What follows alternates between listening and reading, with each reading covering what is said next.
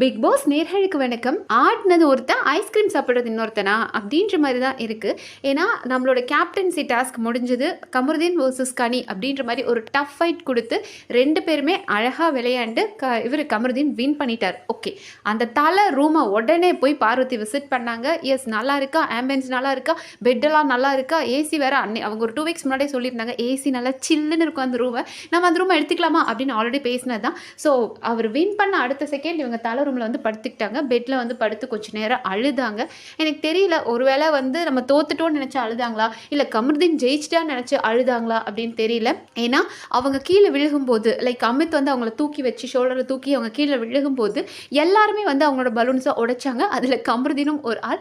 So அதெல்லாம் பார்வதிக்கு பயங்கரமாக ஹிட் ஆயிடுச்சு. ஏன்னா பார்வதி உண்மையாகவே பார்வதிக்கு அவர் மேலே ஒரு லவ் இருந்ததுன்னு வைங்களேன். அந்த கேம் விளையாடும் போது நீங்கள் அக்ரெசிவாக விளையாடுறீங்க, அதுக்கப்புறமா நம்ம பாய் ஃப்ரெண்டுக்கு மேலேன்னு சொல்கிறாங்க இல்லையா, அவன் ஜெயிச்சா நீங்கள் சந்தோஷம் தானே பட்டிருக்கணும். அவனோட வெற்றி உங்கள் வெற்றியாக எடுத்திருந்துருக்கலாமே. பட் அந்த இடத்துல அவங்களுக்கு கோபம் தான், எப்படி நீ என் பாலை வந்து என்னோட பலூன்ஸை நீ உடைக்கலாம் அப்படின்றது. ஆனால் இதே பார்வதி பிரஜின் சாண்ட்ராவை பார்க்கும்போது நாமளும் இந்த மாதிரி தான் இருக்கணும், நாமளும் இந்த மாதிரி பெஸ்ட்டு கப்பலாக இருக்கணும்டா அப்படின்லாம் பேசியிருக்கீங்க. ஆனால் உங்களுக்கு அதில் 1% அதாவது அந்த ஒரு பாசம் இருக்குதா? உங்களோட ஃப்ரெண்டுக்கும் மேலேயா இருக்கிற கமருதீன் ஜெயிச்சார்னா நீங்கள் சந்தோஷம் தானே பட்டிருக்கணும். நீங்கள் ஆசைப்பட்டீங்களே சாண்ட்ரா மாதிரி இருக்கணும். ஆனால் சாண்ட்ரா தனக்கு கிடைக்கிற வெற்றியை கூட பிரஜினுக்கு தான் கொடுப்பாங்க. எது பெஸ்ட்டுனாலும் அதை பிரஜின் அப்படின்வாங்க. ஸோ அவரோட வெற்றியை அவங்க பார்த்து ரசிச்சிருக்காங்க. ஆனால் நீங்கள் உங்கள் கமருதீன் ஏன் கம்மு அப்படின்வீங்களா, அவரோட வெற்றியை பார்த்து பொறாமப்படுறீங்க. ஸோ இவங்க மைண்ட் செட், நான் இதை பல வீடியோவில் சொல்லியிருக்கேன், பார்வதி ஏன் கமருதீனை வச்சுருக்காங்க அப்படின்னா அந்த பையன் ஃபிசிக்கலி ஃபிட்டாக இருக்கான், அவனால் நம்ம கேமுக்கு யூஸ் ஆகும். ஏன்னா பார்வதி எப்போதுமே தன் கூட இருக்கிறவங்கள யூஸ் பண்ணி தான் அவங்க கேம் விளையாட முடியும். அவங்க ஒரு இண்டிவிஜுவல் பிளேயரே கிடையாது. தன் கூட இருக்கிறவங்கள ஒன்று ஃபிசிக்கலி இந்த மாதிரி ஃபிட்டாக இருக்கவனை நமக்கு யூஸ் பண்ணிக்கலாம் அப்படின்னு நினைப்பாங்க. இல்லைனா மற்றவங்கள இன்ஃப்ளூயன்ஸ் பண்ணி ஒரு கேம் ஆடுவாங்க. இப்போ நேற்றெல்லாம் பார்த்தோம் அப்படின்னா பார்வதி உட்காந்து அது கமருதீன் ஆகட்டும், இல்லைனா அமித், சாண்ட்ரா, வினோத், இவங்க கிட்டலாம் பேசிக்கிட்டு இருக்காங்க. இந்த வாரம் நம்ம யாரை ஃபர்ஸ்ட் பர்ஃபார்மரில் கொடுக்கலாம், யார் என்ன பண்ணியிருக்காங்க அப்படின்னு தன் கிட்ட தாட்ஸை இன்ஃப்ளூயன்ஸ் பண்ணி மற்றவங்கள பேச வைப்பாங்க. இப்படி தான் பார்வதி கேம் விளையாடிட்டு இருக்காங்க. ஸோ கமருதீன் வின் பண்ணிட்டார் அப்படின் போது அவங்களுக்கு செம்ம டென்ஷன். அவர் வந்து இவங்க அழுதுட்டு இருக்காங்க. அப்புறம் வந்து கன்சோல் பண்ண வராரு. அப்போ இவங்க என்ன கேட்குறாங்கன்னா, நீ ஏன் என் பலூனை உடைச்ச அப்படின்னு. அன்னைக்கு ஒரு நாள் அப்படி தான் சொன்னாங்க. அந்த பால் எல்லாம் கலெக்ட் பண்ணிட்டு இருந்தாங்களே, அந்த பாலை நீ ஏன் என்னை கலெக்ட் பண்ண விடலை, நீ கலெக்ட் பண்ண விட்டுருந்துருக்கலாம், நீ அந்த 2 பாலை சொன்னனால தானே எனக்கு வேஸ்ட்டாக போச்சு அப்படின்னு. ஸோ போன வாரம் கேப்டன் ஆனார் இல்லையா வினோத், அப்போ ஒரு கேப்டன்சி டாஸ்க் வச்சாங்க இல்லையா, அதுலேயும் தோத்துட்டாங்க. அப்போவும் நம்ம கமருதீன் சொன்னார் அண்ட் இப்போவும் சொன்னார் அப்படின் போது பார்வதி எக்ஸ்பெக்ட் பண்ணி அவர்கிட்ட பழகினதே ஓகே, அவனால் நமக்கு யூஸ் ஆகும், கேமில் இந்த முட்டாளை நம்ம யூஸ் பண்ணிக்கலாம் அப்படின்னு நினச்சாங்க. ஆனால் கமருதீன் கேமுன்னு வரும்போது சூப்பராக விளையாடுறாரு. அது பார்வதியாக இருந்தால் என்ன, யாராக இருந்தால் என்ன, நான் வின் பண்ணணும் அப்படின்றதுல அவர் கரெக்டாக இருக்கார். ஸோ இந்த கேம் நீங்கள் அப்படி தான் விளையாடணும். என்ன சாண்ட்ரா பிரஜின் ஹஸ்பண்ட் ஒய்ஃபாக இருந்தால் கூட கேமுக்குள்ளே வந்துட்டால் அவங்க இண்டிவிஜுவல் பிளேவை கொடுக்கணும். அப்படி இல்லைனா எல்லாரும் கேட்க தான் செய்வாங்க. அப்படி இருக்கும்போது அவர் எப்படி பண்ண முடியும்? இப்போ நீங்கள் ஒரு குரூப்பாக ஒரு கேம் விளையாடுறீங்க அப்படின்னா அவர் பார்வதிக்கு சப்போர்ட் பண்ணி நிற்பார். 1-on-1 அவர் ஏன் சப்போர்ட் பண்ணணும்? ஆனால் இவங்க ஏன் அதை எதிர்பார்க்குறாங்க? கேவலமா இல்லையா? எங்கள் அக்கா இண்டிவிஜுவல் பிளேயர் வீட்டிலே தனியாக விளையாடுறாங்க அப்படின்வீங்களே, எல்லாத்துக்கும் உட்காந்து ஒப்பாரி வச்சுட்டு இருக்காங்க. நீ ஏன்டா சொல்லி கொடுத்த, அந்த 2 பாலை நீ ஏன்டா சொன்ன அப்படின்னு அன்னைக்கு சண்டை போட்டாங்க. இன்னைக்கு கேட்குறாங்க, நீ ஏன் என் பலூனை உடைச்ச? ஏமா அவன் காம்படிட்டர்மா, அந்த இடத்துல அவன் உடைச்சி தான் ஆகணும். அண்ட் மோர் ஓவர் இவங்க மேடம் ஒன்றுமே பண்ண மாட்டாங்களாம், போய் தலை ரூமில் படுத்து தூங்க ஆரம்பிச்சிட்டாங்க. நாய் குலைச்சிருச்சு. ஸோ அவங்க தூங்கையே செஞ்சுட்டாங்க. அது எப்படிமா உனக்கு வெக்கமே இல்லாமல் அந்த இடத்துல போய் படுத்து தூங்கிட்டு இருக்க? இதே பார்வதி கிச்சன் டீமில் இருக்கும்போது அவங்களோட பாய் ஃப்ரெண்டுக்கும் மேலே, அவங்களோட ஃப்ரெண்டுக்கும் மேலேயான கமருதீனுக்கு ஒரு 2 ஸ்பூன் நெய் கொடுக்கறதுக்கு அவ்வளோ சண்டை போட்டாங்க. அப்போ கமருதீன் கேட்டார், நீ தான் அப்படின்றதுனால தானே நான் அந்த நெய்யை கேட்டேன், ஆனால் நீ எதுக்கு அப்படி பண்ண அப்படின் போது, டே நான் இப்போ கிச்சன் டீமில் இருக்கேன்டா, நான் மட்டும் இப்போ உனக்காக செஞ்சேன் அப்படின்னா பார்க்குறவங்க என்ன சொல்லுவாங்க, பாரு கமருதீனுக்காக செஞ்சிருக்கா அப்படின்னு என்ன சொல்லுவாங்க இல்லடா, அப்போ நான் என்னோட பேரை காப்பாற்றிக்கணும்ல, அதுக்காக தாண்டா பண்ணேன் அப்படின்னாங்க. அப்போ நீங்கள் கிச்சன் டீமில் இருக்கும்போது நெய்யை எக்ஸ்ட்ரா கொடுத்தா உங்கள் பேர் கெட்டு போகும் அப்படின்னு தெரிஞ்ச உங்களுக்கு கேப்டன் இப்போ தான் ஆயிருக்காரு. கமருதீன் சுட சுட கேப்டன் ஆகி அந்த ரூமை அவர் கூட பார்க்கல, அதுக்குள்ளே நீங்கள் போய் அந்த ரூமில் படுத்து தூங்கிட்டு இருந்தீங்கன்னா அப்படின்னா மற்றவங்க இதை எப்படி பேசுவாங்க? அவன் கேப்டன் ஆன அடுத்த செகண்டே அவன் ஒருத்தருக்கு மட்டும் ப்ரிவிலேஜ் கொடுக்குறான் அப்படின்னு பேச மாட்டாங்களா? எல்லா வாரமும் கேப்டன் இருக்க ஒரு பெரிய ஸ்ட்ரகிளே, அவர் ரொம்ப ஹானஸ்ட்டாக இருந்தால் கூட அவர் மேலே ஏதாவது ஒரு ப்ராப்ளம் கிரியேட் பண்ணிக்கிட்டே தான் இருப்பாங்க.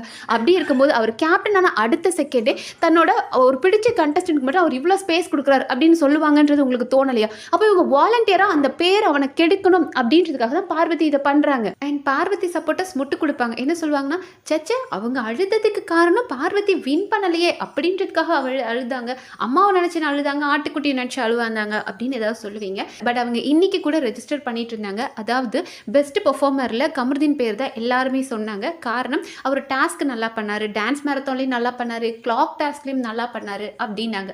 உடனே அதை பார்வதி கொஞ்சம் நேரம் கழித்து வெளியே வந்து கமருதீன் கிட்டே சொல்கிறாங்க, டேய் நான் உன்னை அனுப்பியிருக்கவே கூடாதுடா, நீ மட்டும் கிளாக்ல போய் பெர்ஃபார்ம் பண்ணி நல்லவன்ற பேரை வாங்கிட்ட, பெர்ஃபார்மன்ஸில் உன் பேர் வந்துருச்சு, ஆனால் நான் வந்து உன்னை விட்டுருக்க கூடாது, நான் போகிறேன் அப்படின்னு சொல்லியிருந்தா என்னோட பேரும் வந்திருக்குண்டா அப்படின்னாங்க. அப்போவே கம்மு கேட்டார், ஏன் நீ இப்படி சொல்கிற, அப்போ நான் வந்தது உனக்கு பிடிக்கலையா அப்படின்னாங்க. அவங்கள பொறுத்த வரைக்கும் கமருதீன் பெஸ்ட் பெர்ஃபார்மர் வந்தாலும் பொறாமப்படுறாங்க, கேப்டன் ஆனால் உட்காந்து அழுகிறாங்க. இதுக்கு முன்னாடியே 2 வாரத்துக்கு முன்னாடி சொல்லிட்டாங்க, டேய் நீ உள்ளே இருந்து நான் மட்டும் வெளியே போனேன்னா அவ்வளோதாண்டா அப்படின்னு பல தடவை சொல்லியிருக்காங்க. அண்ட் இப்போ 2 டேஸ் முன்னாடி கூட அரோராவும் நீயும் உள்ளே இருப்பீங்க, நான் மட்டும் வெளியே போயிடுவேன், நீங்களாம் ஜாலியாக இருப்பீங்களா அப்படின்னாங்க. ஸோ அவங்களுக்கு ஒரு இடத்துல நம்ம எங்கேயாவது வெளியே போயிடுவோமோ அப்படின்ற ஒரு பயமும் இருக்குது. அவன் இன்னும் 1 வாரம் எக்ஸ்ட்ரா இருந்துருவான், நம்ம எங்கேயாவது வெளியே போயிடுவோமோ, இந்த கண்டென்ட்டில் நம்ம எங்கேயாவது வெளியே தப்பாக போயிடுச்சோ, நம்ம வெளியே போயிடுவோமோ, அவன் மட்டும் உள்ளே இருந்துருவானோ அப்படின்ற பொறாம தான். இப்போ கமருதீன் நாமினேஷனில் வரலன்னா அவங்க வந்து கண்டஸ்டண்டாக தெரியுறாங்க, என்னோட ஈக்குவல் கண்டஸ்டன்ட் அவன் ஏன் நாமினேஷனில் வரல அப்படின்னு கவலைப்படுறாங்க, கேப்டனானா கவலைப்படுறாங்க. ஆனால் அதுவே ஒரு கேம்னு வரும்போது அவங்களுக்கு வந்து கமருதீன் என்னோட கமருதீன் எனக்கு ஹெல்ப் பண்ணணும் அப்படின்ற ஒரு தாட் வந்துடுது.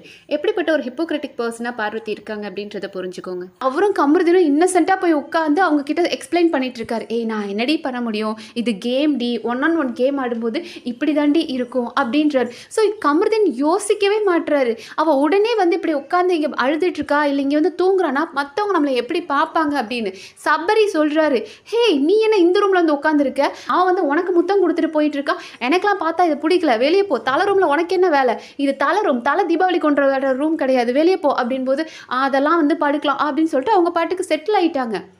இவ தான் அம்மாவுக்கு ஆயாவுக்கு பயப்படுறவளா? கொஞ்சமாவது யோசிச்சு பாருங்க.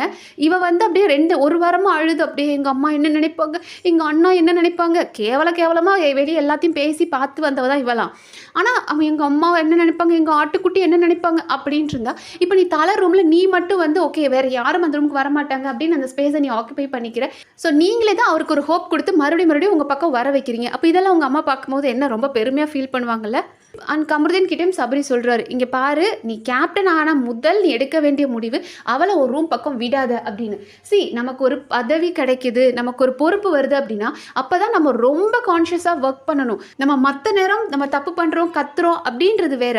ஆனால் நம்ம கையில் ஒரு பொறுப்பை கொடுக்கும்போது நம்ம அதை எவ்வளோ ஜாஸ்தியாக பார்த்துக்கணும் அப்படின்னா, ஹே இவன் இதை பண்ணுவானா அப்படின்னு யோசிக்கணும். அவர் வின் பண்ண அடுத்த செகண்ட் மற்றவங்க எல்லாருமே ஒரு சோஷியல் ஹக் கொடுத்தாலும் அவங்களுக்கு மட்டும் ஒரு முத்தம் கொடுத்தார். அது அவ்வளோ லவ்வபிளாக இருந்தது. சீரியஸே அந்த நெற்றியில் கொடுத்த முத்தம் வந்து பார்க்க ரொம்ப க்யூட்டாக இருந்தது, ரொம்ப இமோஷனலாக இருந்தது. ஸோ அந்த வின் பண்ணிட்டோம் அப்படின்னு அவளும் செரிஷ் பண்ணுவான்னு நினச்சி அவர் வந்து அதை கொடுத்தார்.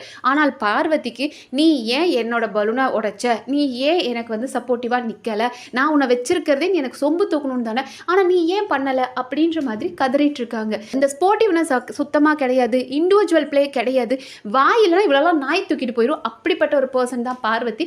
சும்மா வாயால் வடை சுட சொல்கிறீங்களா, நல்லா பண்ணுவாங்க. கமருதீன் உஷாராயிக்கோங்க. டே 1 அவங்க வந்து உங்களை அதிகார துஷ்பிரயோகம் பண்ண ட்ரை பண்ணிட்டு இருக்காங்க. டே தொடர்ந்துச்சு அப்படின்னா டெஃபினட்டாக எல்லா ஹவுஸ்மேட்ஸும் வீக்கெண்டில் இதை ஒரு பாயிண்டாக சொல்லி கமருதீனோட கேப்டன்சிக்கு கெட்ட பேர் வரும். நமக்கு ஒரு பதவி கிடைக்குது அப்படின்னா ஒன்று நம்ம அதை நல்லா பெர்ஃபார்ம் பண்ணி சூப்பர்ப்பா அப்படின்ற பேர் எடுக்கலாம். அப்படி இல்லைன்னா சின்ன சின்ன தவறுகளை கூட பெருசாக அட்ரஸ் பண்ணி உங்கள் பேரை கெடுக்க நினைப்பாங்க. அதுக்கு பார்வதி தான் முதல் ஆளாக இருப்பாங்க அப்படின்றத மறந்துடாதீங்க. ஸோ நீங்கள் இதை பற்றி என்ன நினைக்கிறீங்க அப்படின்றத கமெண்ட் செக்ஷனில் சொல்லுங்கள். நன்றி.